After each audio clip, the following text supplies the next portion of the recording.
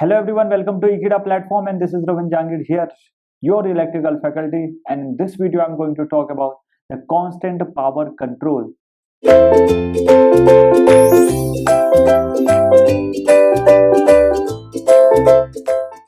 So why the constant power control is needed and where the constant power control is actually needed?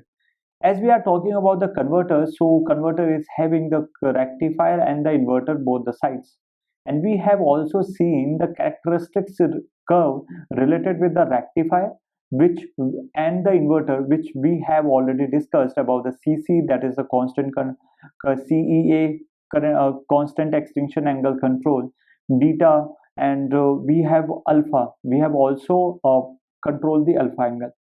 So likewise, the similar pattern, now we will talk about the power control. So if I talk about the power control, the rectifier to the inverter, if we are switching from the rectifier to inverter, one thing please note that if I talk about the rectifier characteristics and the inverter characteristics, so rectifier characteristics and the inverter characteristics, when they intersect each other, then at that point is called the operating point, and that we actually operate our systems for any reliable operations. So it is saying that the current control is switched from, if we are transferring our current control from rectifier to the inverter, so there will be a loss in the power.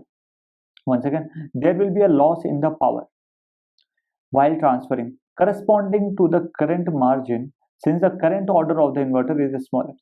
It is going to say that, as we have seen the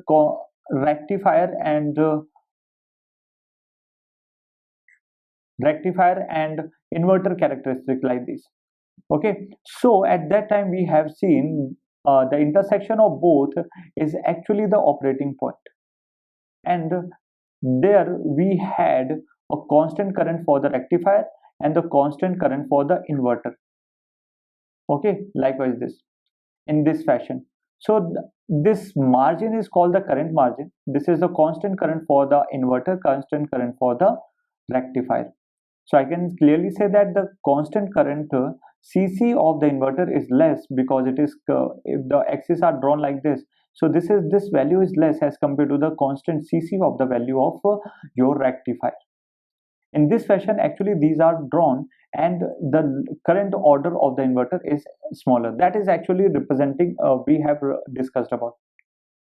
It is desired to increase the DC power when the current is to be increased.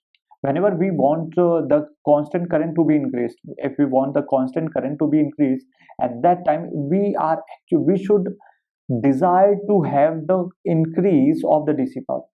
It means whenever we require to increase the current, then we will power should be increased there. When the rectifier is on the CC control, as let us suppose it is operating on the CC control, that is a vertical line which represents the CC control, then P1 is the original operating point. So that is the original operating point, which is actually shown there. This is the original operating point. This is the rectifier, and this is called the inverter characteristic. Okay, so in this fashion they are drawn, and this is the P1, which is the original operating point.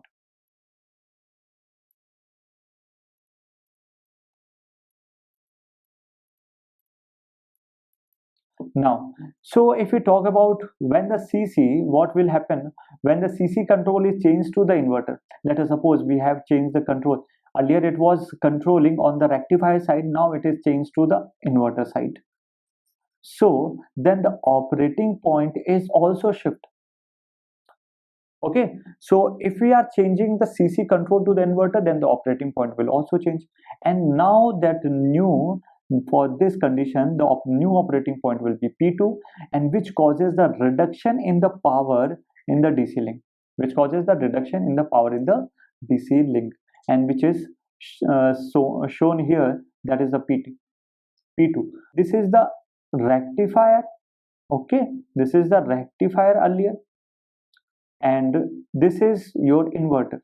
So what happens when we change, then this P2 there will be loss in the power, so it is going down, so there will be loss in the power. Okay, now so if we are interested in restoring the power in the DC line, HVDC line, which actually loss due to the transfer from the rectifier to the inverter side for the CC control.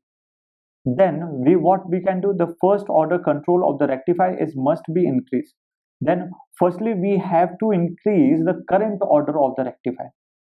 So what for restoring that power, whatever the power is lost from P1 to P2, and if you want to increase that power or restore that power, then what we can do, the firstly we have to do the current order of the rectifier is must be increased. So we have to increase the current order of the rectifier.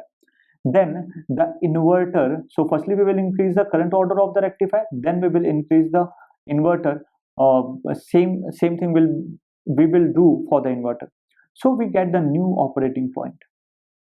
So P3, I can say that is the new operating point on the original power order. So that is called the power order.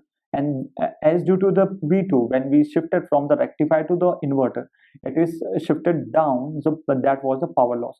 Now for restoring that, now we move to the another point, that is the P3. That is the P3. So firstly we will do, we will increase the current order of the rectifier, then we will do for the inverter, and then we will have the new operating point, that is the P3, and this is the same current order, it will reach there. Okay, now but what happens due to this? But if the current order of the inverter is increased, earlier we have increased the current order of the rectifier, then we have increased the current order of the inverter, and then it is shifted to the P3. But what happens when we increase the current order of the inverter? Okay, then the operating point, firstly it will shift to the point P4, that is the P4 new, you can say new operating point. So there will be a reduction in the DC power instead of increasing. So we will see the reduction in the DC power. So look at here, earlier your inverter characteristic was like this. Now this characteristic is shifted towards like this. Okay, so in this fashion, the intersection of this rectifier and the inverter is your P4. That is the new operating point here. So, and what will happen due to this? You can see in this clear, the magnified image of this, then you can see there the reduction of the DC power instead of increasing. So there is actually the loss in the power we can see through this diagram. And there is also the voltage is also reduced, because here it is P3 and it is going towards the down. So I can say the voltage is also reduced. Here the voltage is also reduced. So these 2 points we have to remember. So this is the power line, okay, power order line, original power line, and this is the when it is shifted from the rectifier to inverter. But here at the starting, when P1 to P2, there the, you can say, the comparable voltage drop. Okay, so there is not such voltage drop happen. The value of the voltage is for both the operating point is same, comparably same, but in the P4 it is going down. So there is a power loss also, and there is a voltage drop also. So I hope up to this you have understood this topic. So tata, bye bye, and thank you.